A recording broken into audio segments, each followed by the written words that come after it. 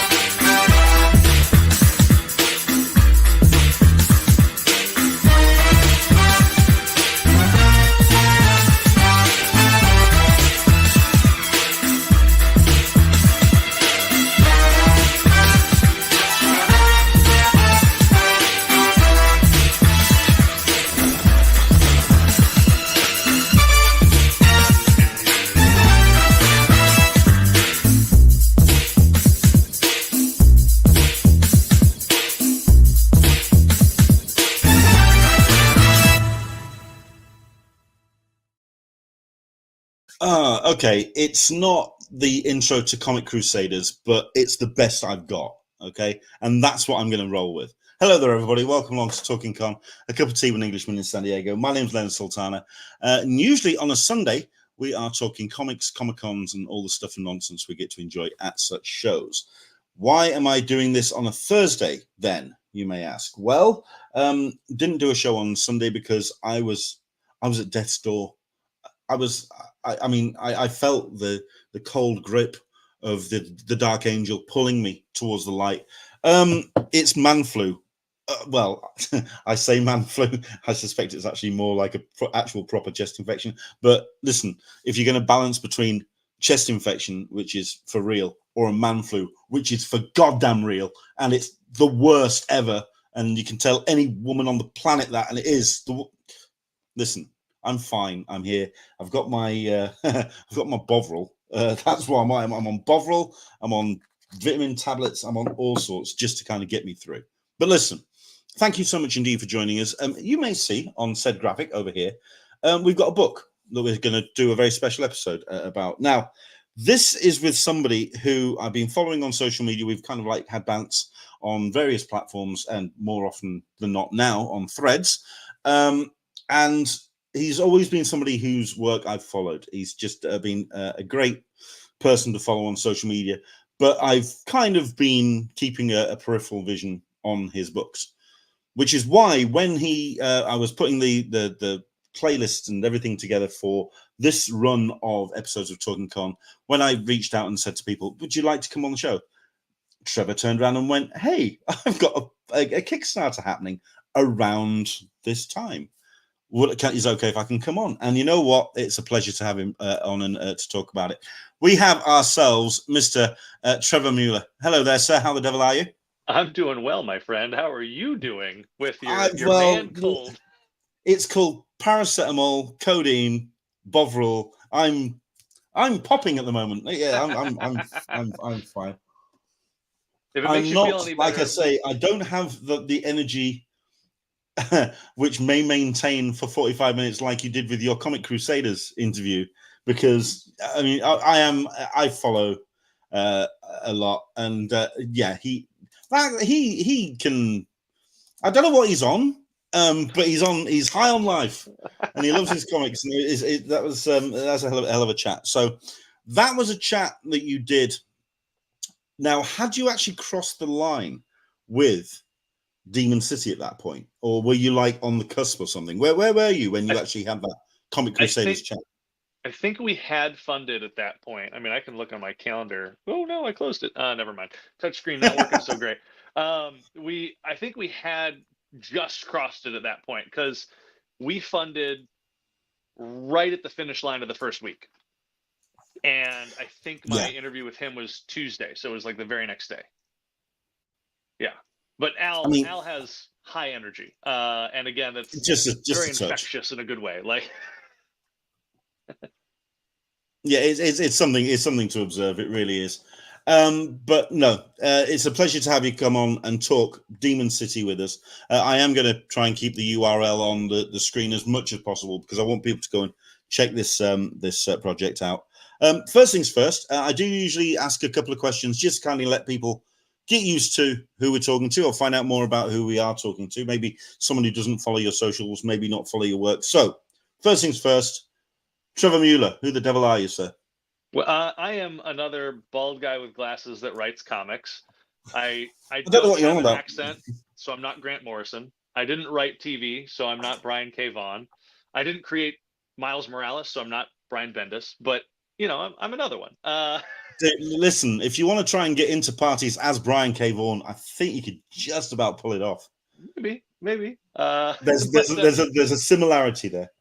But a lot of my career has been built around comics on the web and then self-publishing and indie publishing. So I haven't worked for the big two. I've not done those kinds of things, but I try to do a lot of variety in terms of the stories that I tell.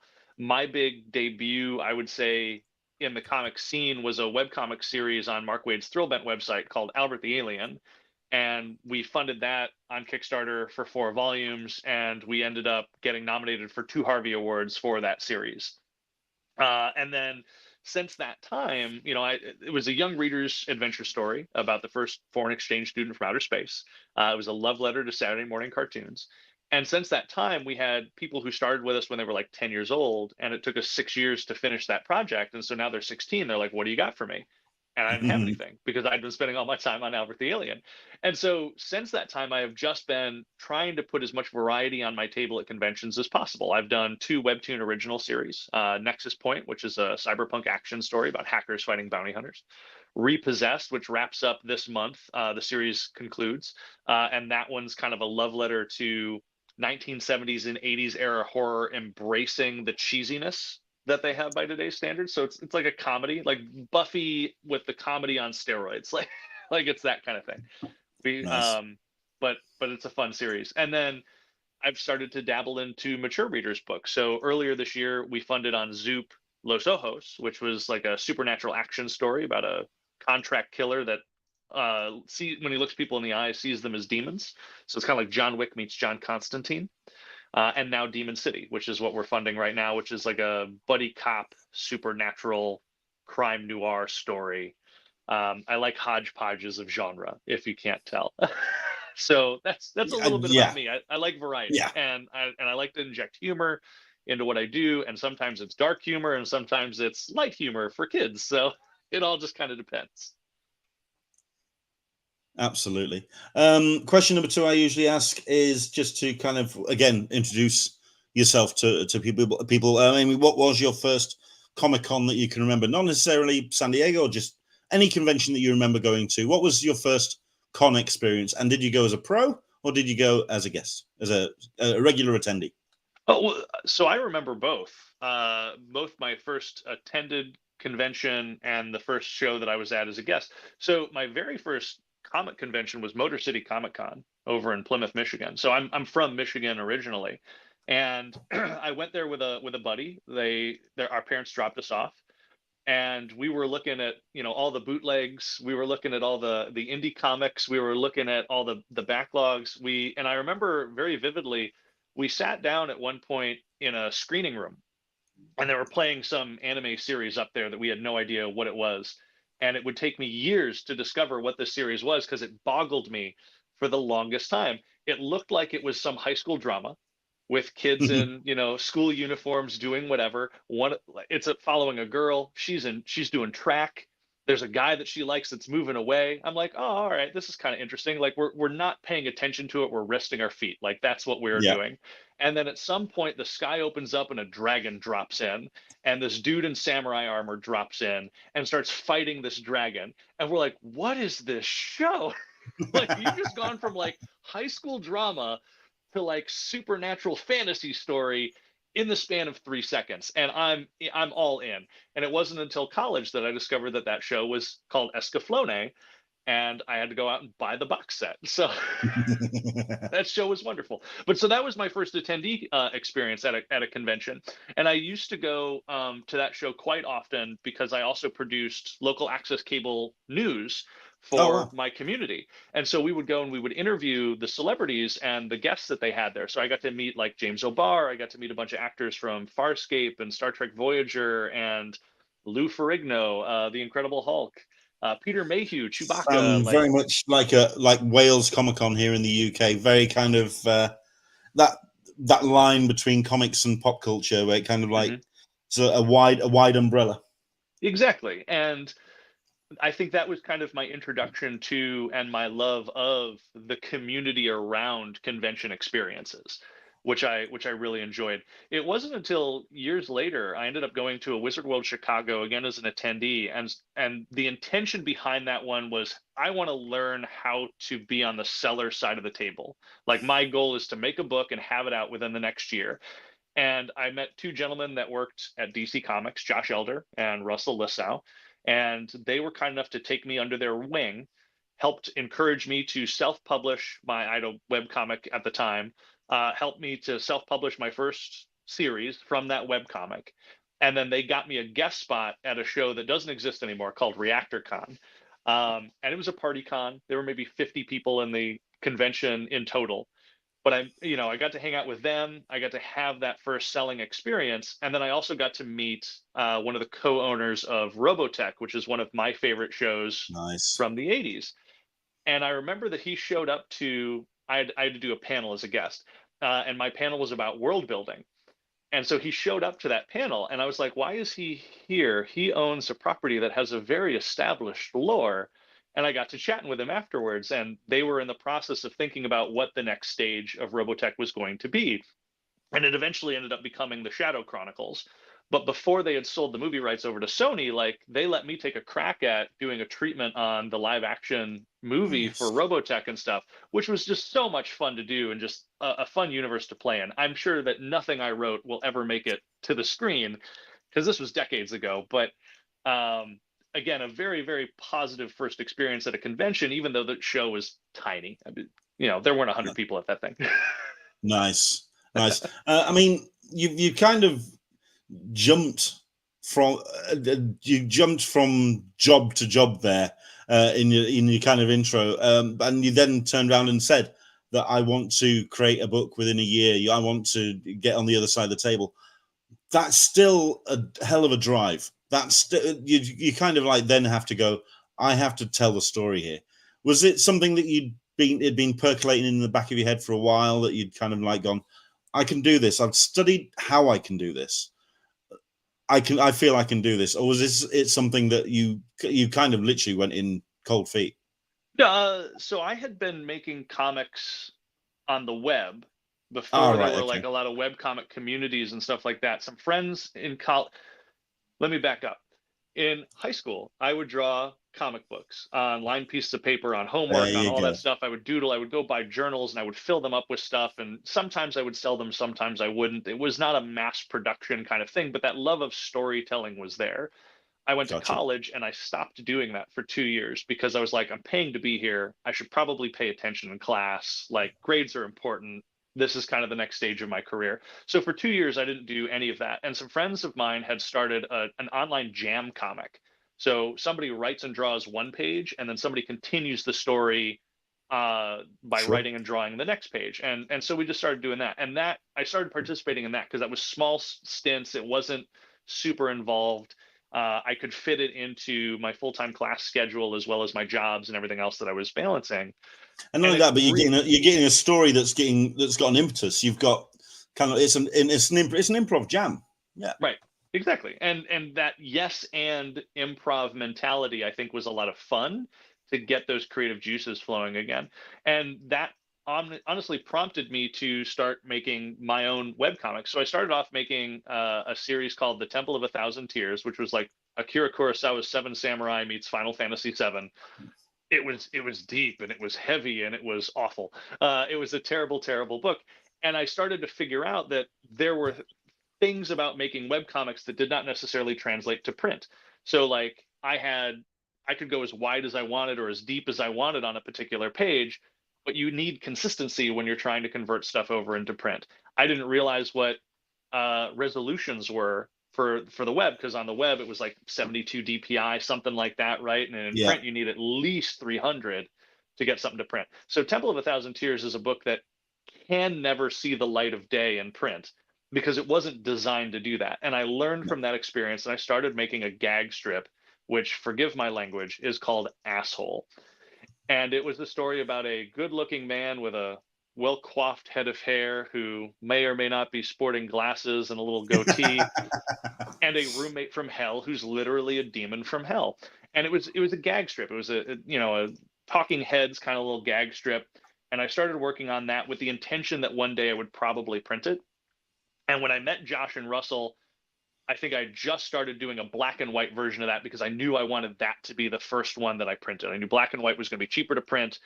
I had everything formatted the same way. I was learning how to do self-publishing off the bat, and I set a little budget aside. I was like, I've got a little bit of money here to print this book and to go to conventions. And when that money runs out, if I still have books left over, then I will stop.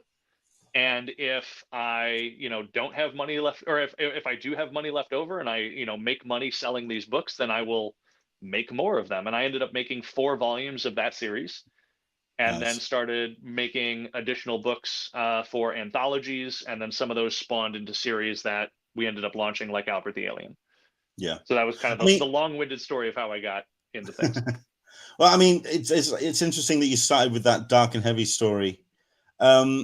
What were your comics reading like when you were a nipper, when you were getting started? What were the books you kind of like turned to? Because it sounds like that you actually kind of again dove in at the deep end and kind of went with the big boys, the big stories. Surprisingly, no. I was into more, I want to say indie stuff, but so the first comics that I were collecting or whatever was at the spinner rack at the grocery store, because my mom was, a single mom, 2 kids with ADD, needed 10 minutes to go to the grocery store and just breathe by herself. So she was like, I will leave you here at the magazine rack, and if you behave, I will buy you a comic book. And we would do that every week. And so I started collecting like the Archie Teenage Mutant Ninja Turtles, or Zen the Intergalactic Ninja, or Sonic the Hedgehog, and eventually started going to comic book shops and being like, wait a minute, you mean there's a Turtles that's not based on the cartoon? And I started collecting the original Eastman Laird books that they had there. And then I started getting into X-Men and Batman and some of those runs. But it wasn't until Image launched that I finally started to get a pull box and start collecting books. And I own, I think, every single Image title that they were producing for probably the first year or two. And then I stuck with a handful of them. I still collect Savage Dragon to this day. But Wildcats, Youngblood, when Top Cow launched, I was getting the Witchblade, the Darkness, like Cyberforce, all of those books that they had. I'm starting to see a line then. Certainly the titles that you just mentioned, and I was going to bring up Savage Dragon. I was going to bring up the likes of, I wouldn't have brought up Witchblade, but no, I could certainly see that as well. But certainly the idea, I mean, we're talking about Demon City Volume 1 Hell on Earth. The book, I mean, it has that kind of the real world as the base layer with this heavy dose of fantasy and horror and crime and noir layered on top. So there's there's something to kind of really have a linchpin for a reader to go out, and then you can kind of layer all sorts of fun stuff on top. And you can definitely see that line with the likes of the titles that you just mentioned. What was the kind of gestation for Demon City? How long has this been percolating in your novel? Well, honestly, it came to me quite quickly. I approached the artist, Marco. I found him online, and I always start my conversations with artists with a single question: what do you want to draw? And he came back with the answer: I want to draw a murder mystery as though it were written by Stephen King after he's read way too much Lovecraft. And I was like, okay. And so I came up with essentially the pitch headline that is at the top of the Kickstarter, which is somebody has murdered death and now no one else can die. And he's like, you don't have to tell me another word. I'm in. and so I basically created this world where it's, what if there was a premature apocalypse, right? The biblical apocalypse has happened, but only for 30 minutes. It wasn't supposed to. Now it's here. And there are demons that are now stuck on Earth, not all of them, but a chunk of them, enough that we can't get rid of them, and enough that we need a place for them to go somewhere. So we just kind of quarantine them into what I described as Chicago, which used to be called the Windy City, and now it gets rebranded as Demon City because it's where all the demons live. And it follows two detectives, right? Sheila Garcia, the human, who has literally lived through the apocalypse, right? She's got some issues, some PTSD. She's kind of the Riggs to our Murtaugh, if you will, if you're looking at buddy cop stories. And then she gets partnered, and because she's so reckless and aloof, like nobody wants to work with her. So she gets assigned a new partner, which is Horace Nightingale, the first demon detective. And the two of them have to basically put themselves out of a job because they're homicide detectives, and they are solving the last homicide that will ever happen. No pressure. And so that was kind of the substance of what we wanted to do. So it had like this dark humor element to it. It had this buddy cop component where, they're bantering and bickering like an old married couple as you want to see in those types of movies, but then they come together for kind of that common cause. And then that underlying world building component of, all right, well, what is demon society like? How have they tried to recreate that here in our world? And so that was a lot of fun to kind of explore with Marco, both visually as well as from like a world building perspective. And then we added in Shan Bennion into the mix as the colorist. I wasn't sure if we were going to do this book in print or in color or in black and white, because Marco really has like a crime noir art style, like heavy blacks and like Sin City kind of art style that's just gorgeous. And it works very, very well in black and white. And I like a black and white book, and it's cheaper to print. So these are all things that were working out for me. But I was like, let's explore color. What could that look like? And so he introduced me to Shan, and Shan just turned in these jaw-dropping pages. The colors that Shan were doing to these were just amazing. And I've since partnered with both of them on 2 or 3 other projects since then that are shorter kind of stories. And Shan has carte blanche to whatever they want to do with colors. 100%. I'm on board. Like it's so the marriage between those two was just brilliant. And Shan also, I had several calls and stuff with Shan too, because I had things that I was putting into this story that I wasn't sure how audiences would react to it, especially since, I'm mostly known for writing kids comics, and this is very much not a kids comic. And so Shan kind of put on a little bit of a sensitivity reader hat for me, and I was like, hey, I have a joke that's going to happen over like 3 issues. Tell me if this is funny or if I just need to like shut my mouth. And every time I kind of peppered in the joke, she was like, okay, I don't see where this is going. And then we get to the punchline. She's like, all right, that's pretty fucking funny. so nice. So that does appear in the story. But so it was, again, a very collaborative process between those 3. And then Micah tapping it all off with the letters. So, and I've worked with Micah for many years.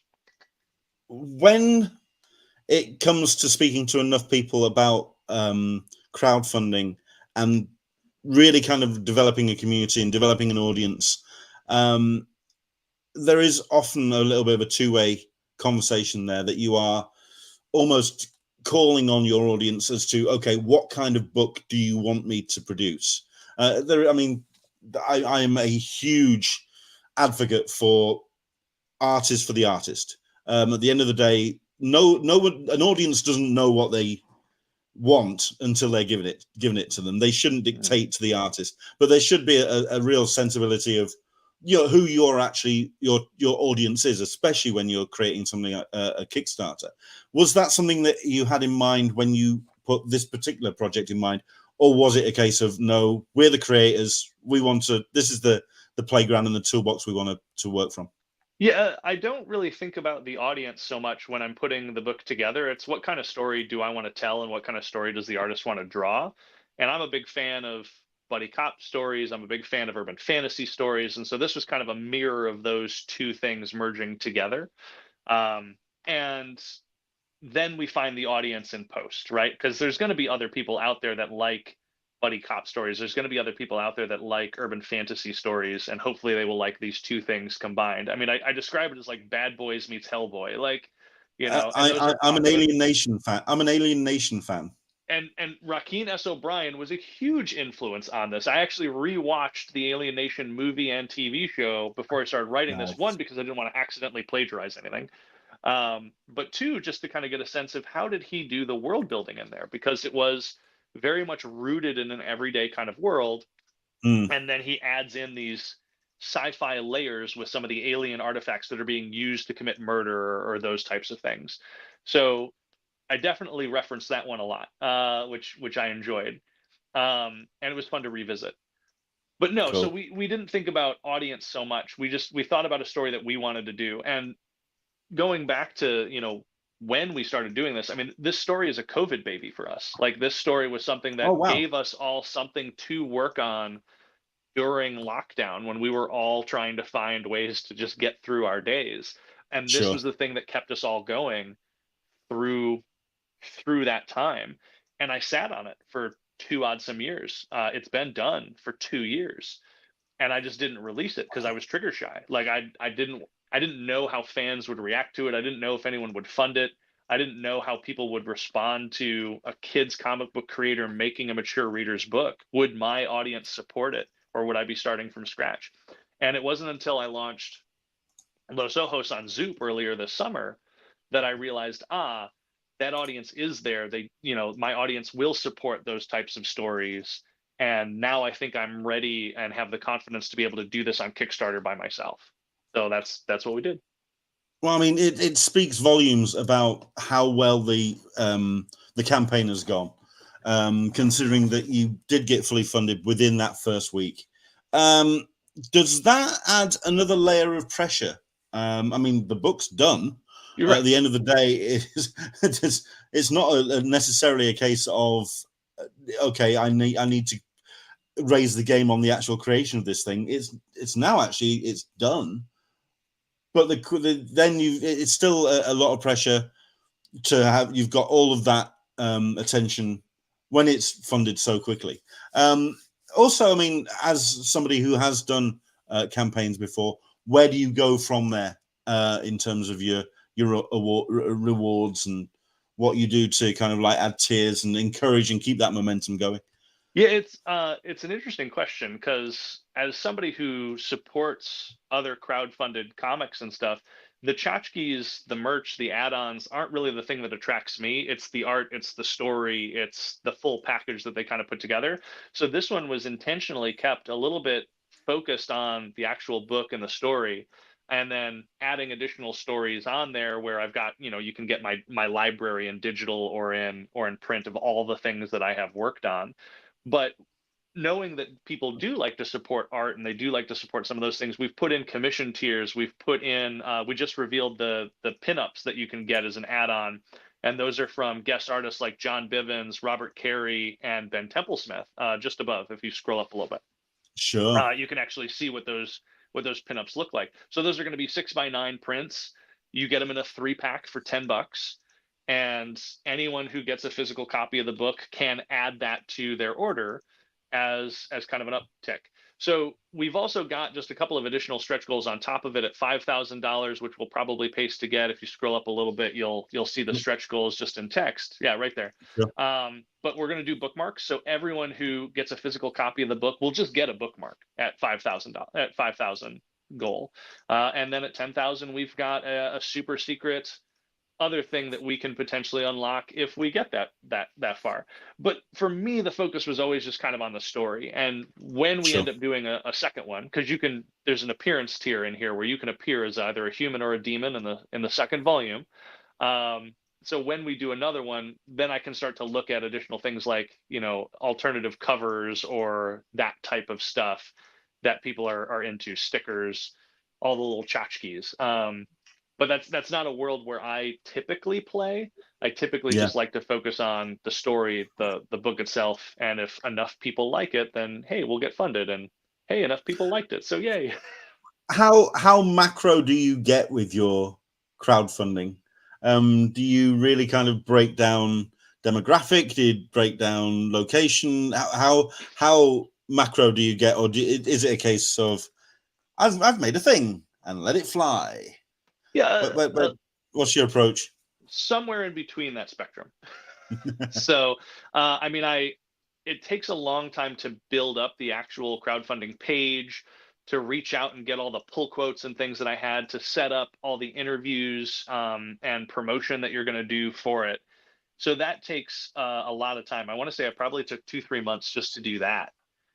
But in terms of the rewards and stuff like that, I really wasn't thinking about that so much as the actual product itself, and how can I package this up and really showcase the best of the best that this book has to offer, with some of the cool shots that Marco has put in there that are not spoilery, or some of the neat action sequences that we have, and also giving enough of the setup. Because for me, like, because this is a new property, it's new characters, it's, you know, I really want to make sure that people kind of get that setup so they understand what the tone and the pace of this is really going to be. And that's why we included the 6 or 8 pages that we did up at the front.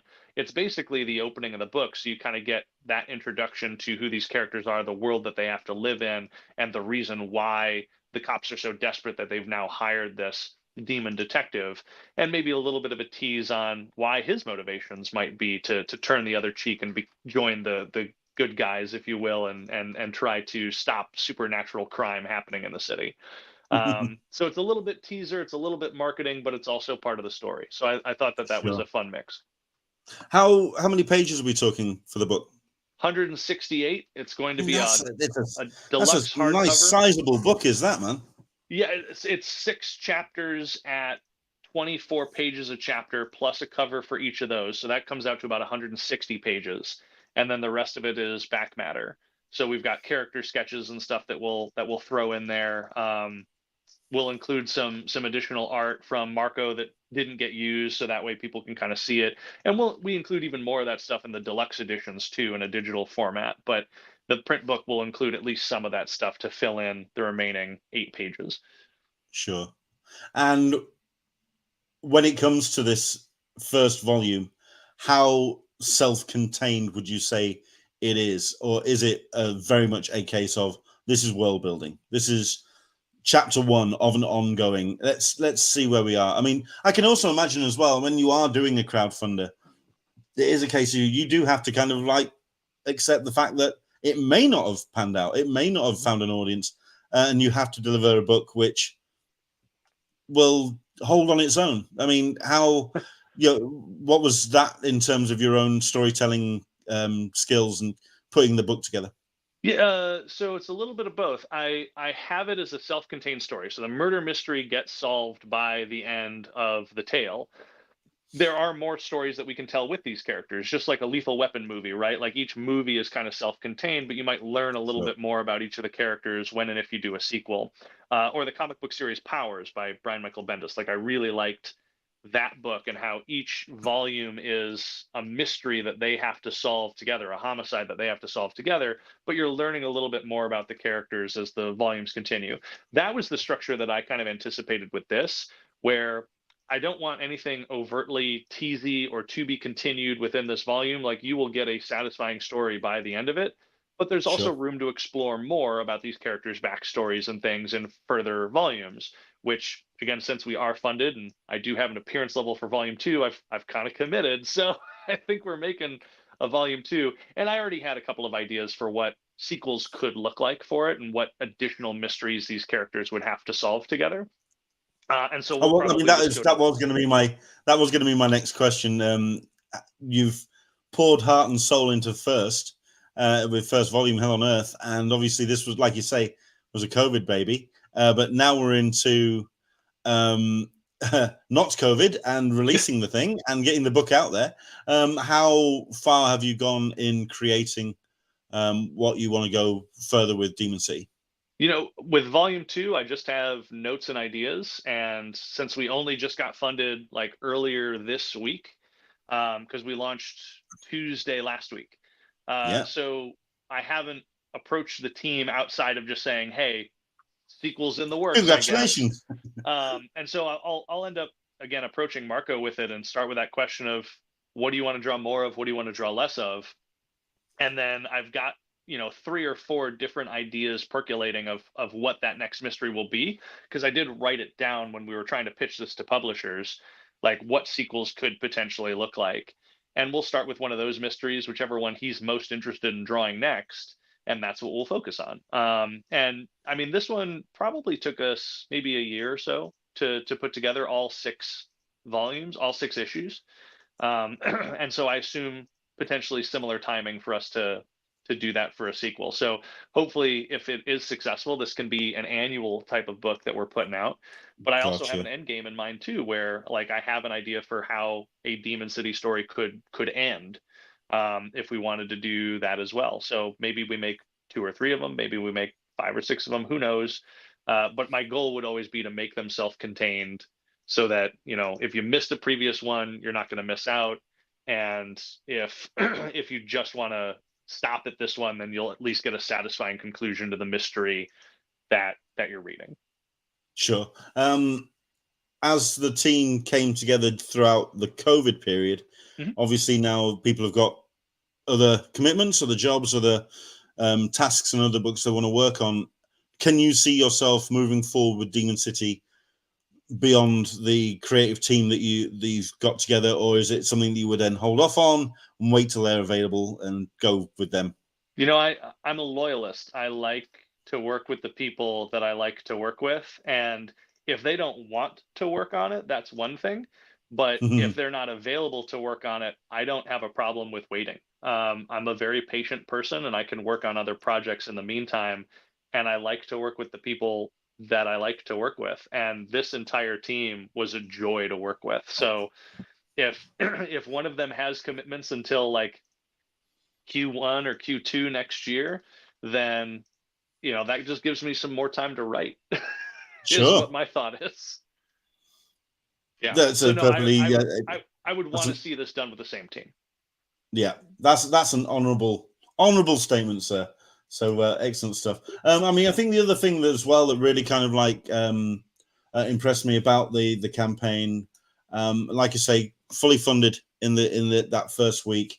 If I convert this from so British money, proper money, to colonial pish, so we're talking your $4,000 goal, 4,208 at the moment, with 21 days to go, which is fantastic. And it got that Project We Love badge from Kickstarter as well. So fantastic stuff. But I mean, it really did help as well that it is a solid rewards tier, that it was a case of it's nicely affordable. It was something that people could really kind of dive in, even as the digital edition at $12, the digital deluxe edition at $20, and the retailer bundle at $41. I mean, it skips there because I went and I bought it, so I've supported it at $27. Thank you so much. I appreciate it. $35 for the hardcover edition. I mean, I've spoken to enough people who are putting campaigns together, and one of the largest challenges is once the campaign's been and gone, and just getting the book published to a standard that you feel comfortable with and to hold in your hand, but also then to just get it out, because you are shipping this worldwide. You've done campaigns before. How painful is that to get a book out once the campaign's done? It's not terrible. The hardest part for me is the waiting part, because we don't send the files until after the thing is funded and done and concluded, because heaven forbid we need to add more pages to it or something like that. Or if I want to put a thank you page in there, I got to reach back out to the printer for a quote. So I don't send those files to the printer until that happens. It takes 3 or 4 months for them to print it, ship it, get it through customs, and get it over to me. And that's assuming no delays. So that Sure. to me is the hardest part. In terms of fulfillment, that's not bad. I've got a big long table in my house, and we just set up like a computer at one end with a little printer to print out all of the address labels. And then we've got envelopes and all the packaging stuff that we're doing, all the all the cellophane that we're putting the books into to make sure that they're protected when they get shipped out. And then I'm at one end just signing books. And then we stuff, for lack of a better term, we stuff envelopes. We get them into the shipping containers. We add on the labels. We double check them. We seal them. We send them off. Is that something you're looking forward to? I'm not going to lie. It's not my favorite part of the job. And I do have to recruit, I would say, family members to kind of help me out. It's not a one-person job to get done, but we've been able to knock that out with past Kickstarters inside of a day or a weekend. And we order pizza, we make some margaritas, and we just have a good time playing some music in the background while we're doing it. And then it's done, and then we get to sit down and sip our margaritas some more. We were talking before we came on air about conventions, and you were saying that you're done with your conventions for the year. Yep. You're not doing New York. You're not doing any other shows. Do you keep hold of copies, or do you have a run which you can then take out to shows and then introduce to another audience beyond the Kickstarter? And I do print a larger print run of these books. And that's why this one doesn't have like an exclusive cover or anything. With Los Ojos, which we did, we had an exclusive cover for Zoop where we only printed basically enough that people backed it for fulfillment, plus or minus a few, just in case there's some damaged.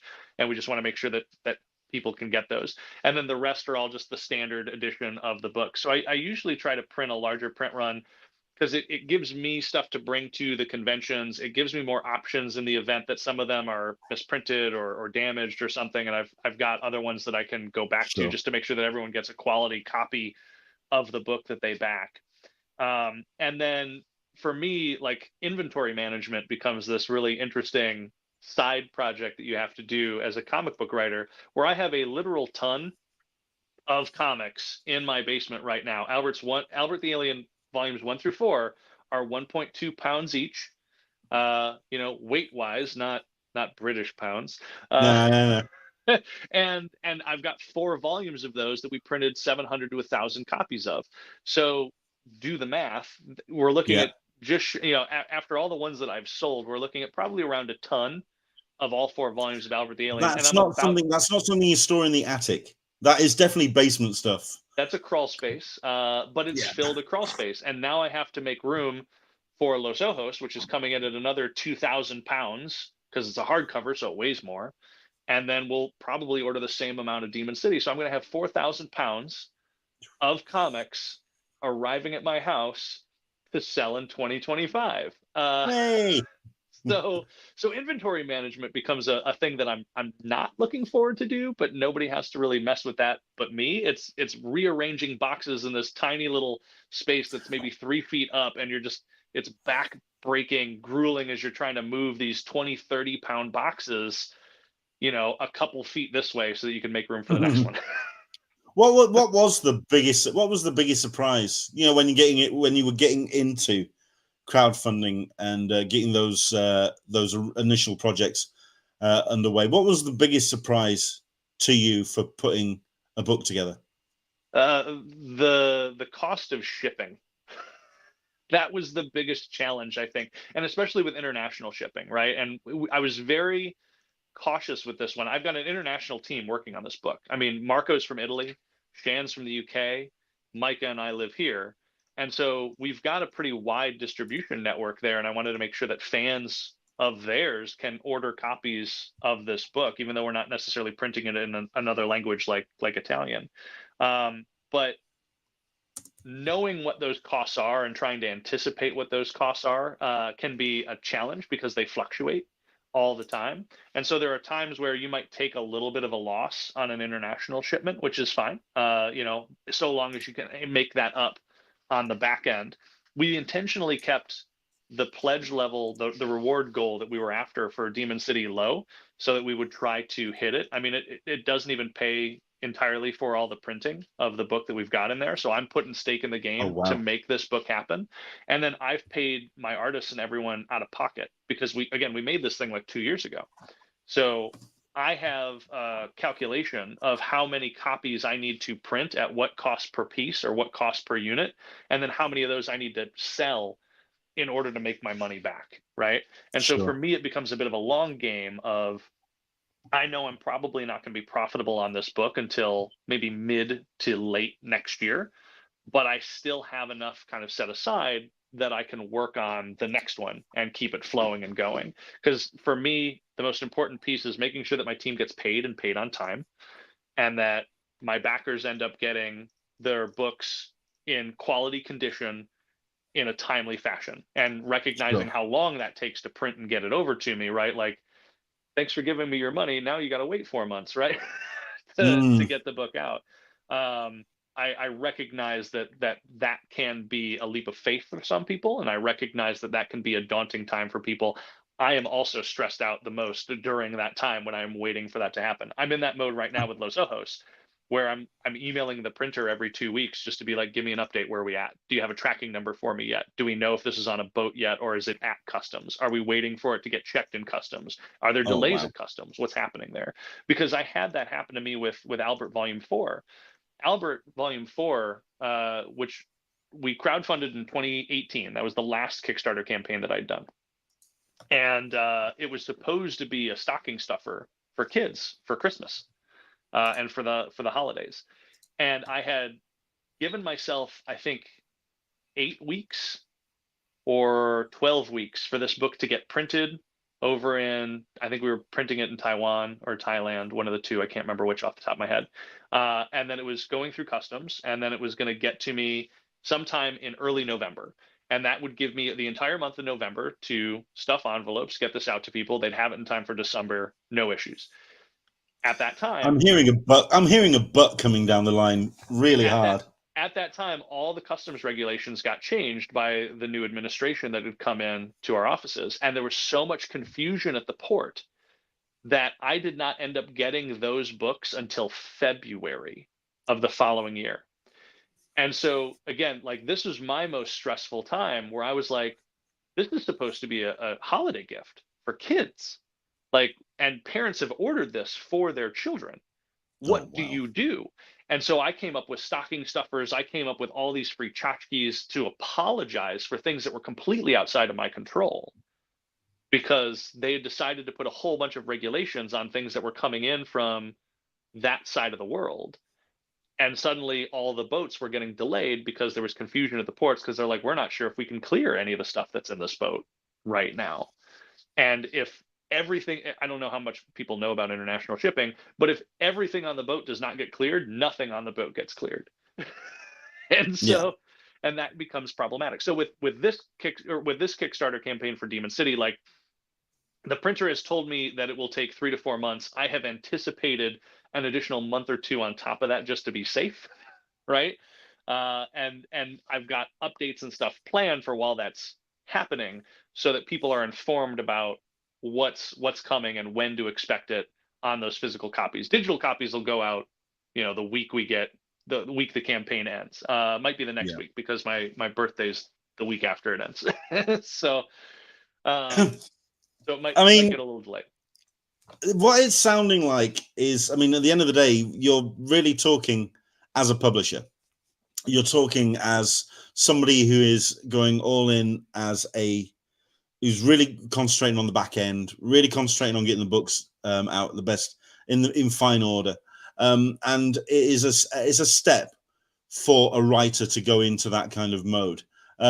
Is it something that you felt comfortable doing, or is it something that you feel that, you know what, I'm a writer, I want to write, I maybe someone else could take some of this burden on?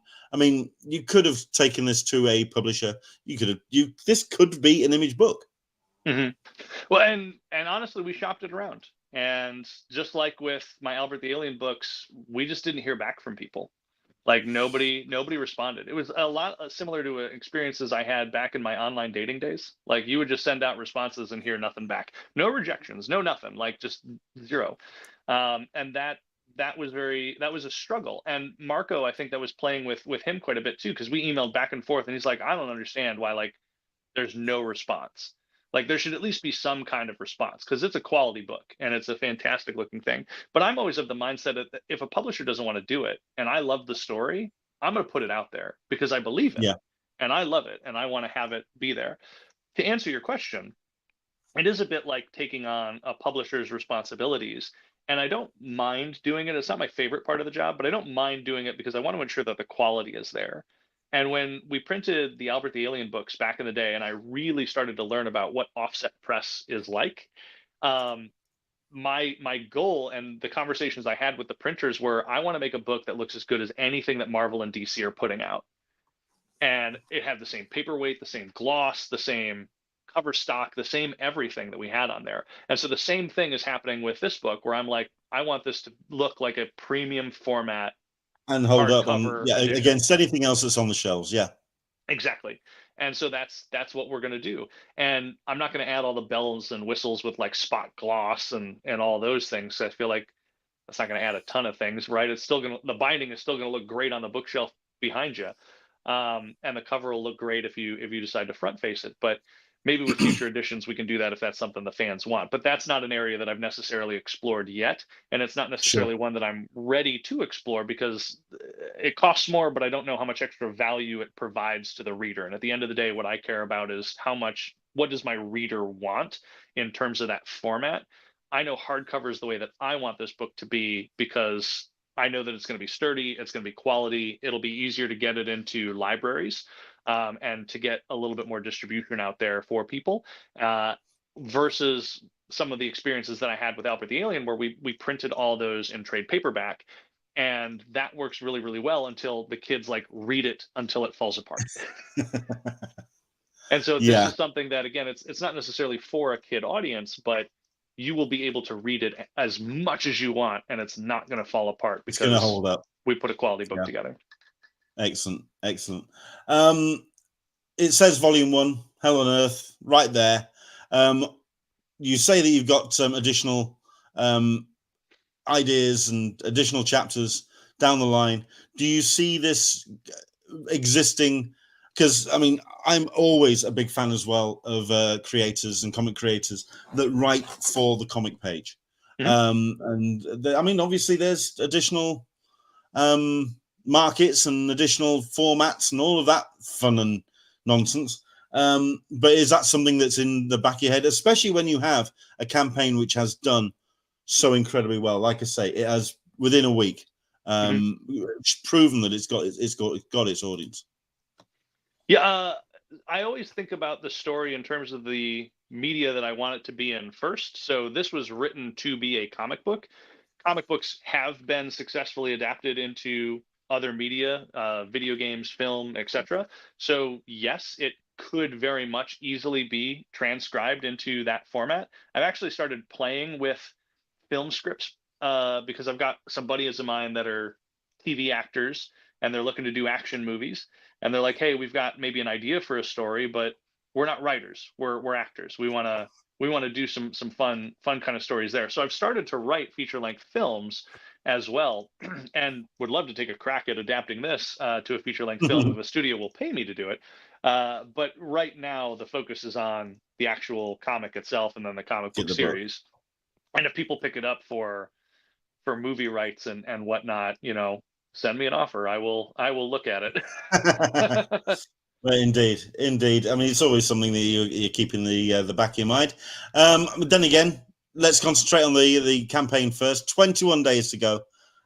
It's like I say, it's fully funded at this point. It's now a case of full steam through to the close of the play when it comes to this particular project.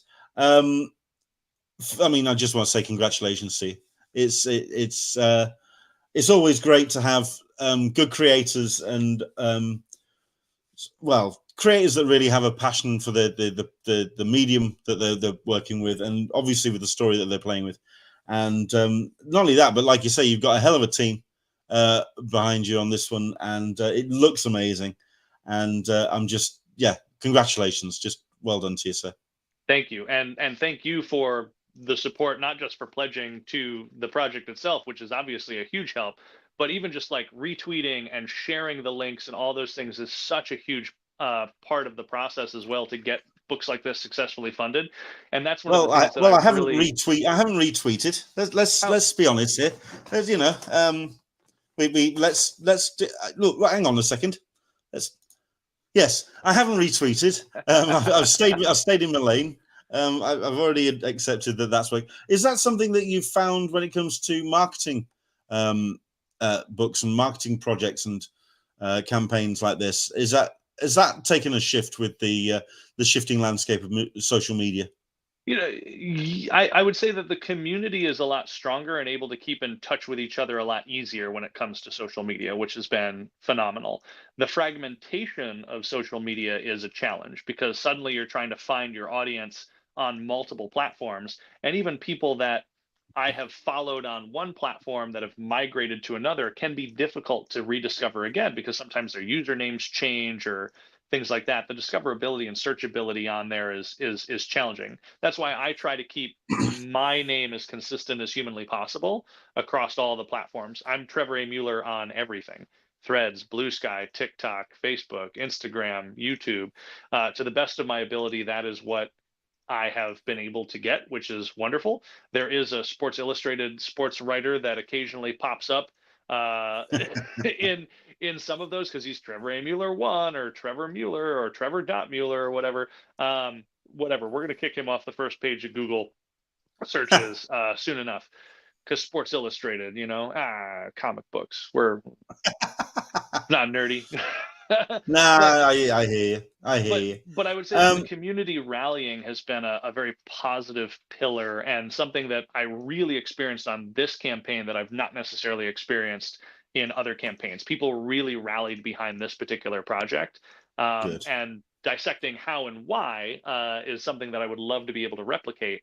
But again, it's something that to me just fills me with joy because having that does, I think, make the project a lot easier because you have to work a lot less hard to get it out there, or heaven forbid, doing the same social media post for 10, 20 times in a day just to push through the algorithm.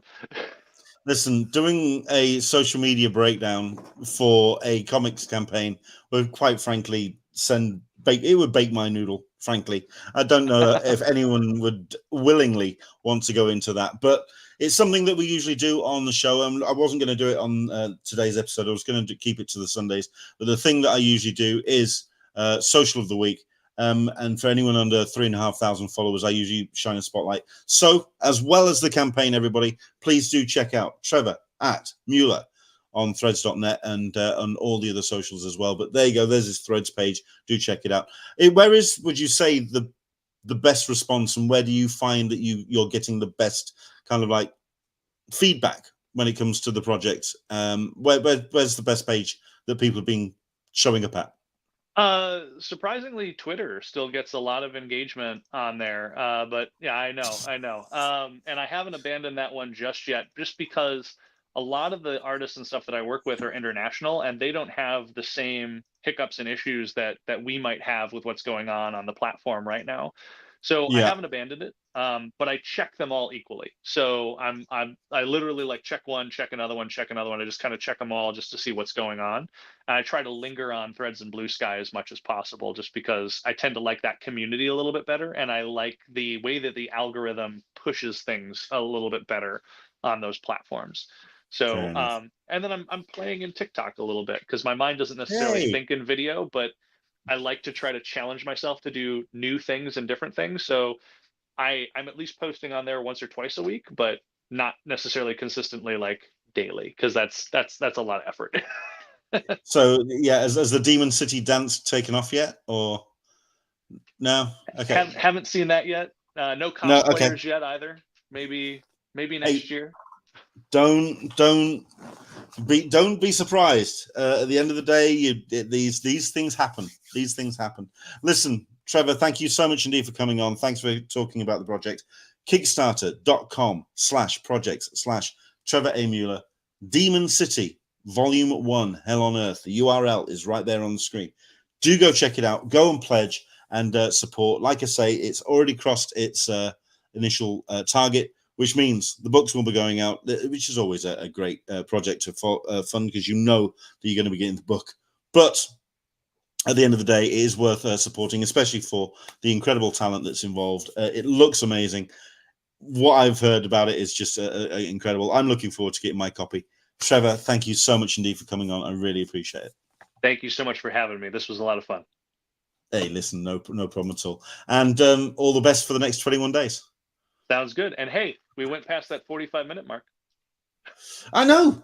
Well, you know, that's me talking pish as well over the top of it. I always put my I budget my time in there as well. So you actually talk for 25 minutes.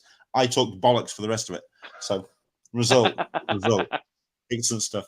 Trevor, take care, and yeah, well done to you, sir. Thank you so much, my friend. Excellent stuff. Thank you very much indeed to Trevor for joining us for that. Once again, there it is. Demon City Volume 1, Hell on Earth. Do go check it out. Go and support it. Support independent and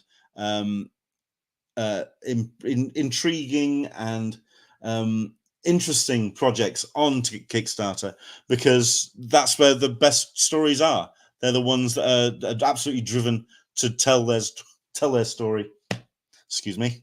And actually put themselves on the line, because at the end of the day, it's not a done deal, and you have to do the work, and that's where the best stories are. So do check it out. Demon City Volume 1, Hell on Earth. Looking forward to Volume 2 when it comes down the line, of course. Right. Thank you very much indeed to Trevor for joining us for that. Thank you very much indeed for everyone for joining us on today's show. Don't forget, I am back again on Sunday. Hopefully, at that point, some serious drugs have kicked into my system and knocked this into touch. So hopefully I'll feel a damn sight better than I have been feeling for the last week and a half. But looking forward to talking about the shows coming up. We've got ourselves some great guests coming on the next couple of weeks. We've also got great live reports as well. And also an interesting couple of things that have got announced today. At the end of this month, on the 24th of October, I will be heading down to that there London, because I am going to be co-hosting the awards ceremony for something that I've been involved in, not only putting in the back end, but also putting together my nominations for the awards. The Tripwire Awards are going to be held at the Cartoon Museum in London. We're going to be doing a live presentation and celebrating the best of the talent from the last 12 months. Looking forward to that. Tripwire Awards 2024. I'm going to be on stage, or at least behind a lectern, with the creator of Tripwire, which is Joel Meadows, and we're going to be presenting those awards. So looking forward to that. That's going to be on Thursday, the 24th of October. On Thursday, the 25th, because I will be in the area, and Joel has offered me a couch to sleep on, I'm going to be heading to MCM London Comic Con as well. So hopefully going to be doing a little bit of a whole bunch of interviews, which hopefully, if I edit them down quickly enough between Friday and Sunday, I'm going to do a bit of a special show on the Sunday and present those interviews with people that's attending the rather impressive lineup for MCM Comic Con. We've got this amazing lineup from the likes of Alison Sampson, Cecil Castellucci, Babs Tarr, Emma Vicelli, of course, Hamish Steele. I mean, there's some Jim Zub, for God's sake, Joe Quinones, Kevin Maguire. I have the opportunity to get my entire Justice League run signed by the legend, which is Kevin bloody Maguire. And hopefully we'll get a bit of an interview time with him as well. So fingers crossed that's going to happen. That is the 25th to the 27th. I am going to be attending on the Friday. If you want to catch up with me, of course, head up down to my socials. Let me know, and we'll do our best to have our paths cross.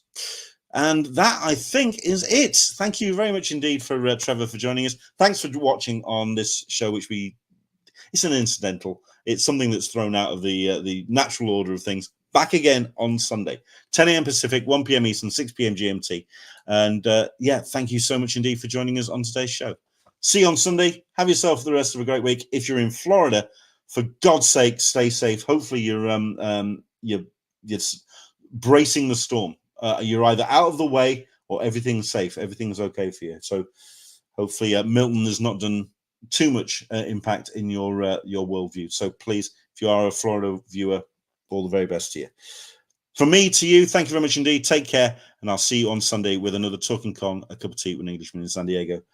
I'm now going to take some drugs. Ones you can buy over the counter, kids. See you soon. Bye-bye.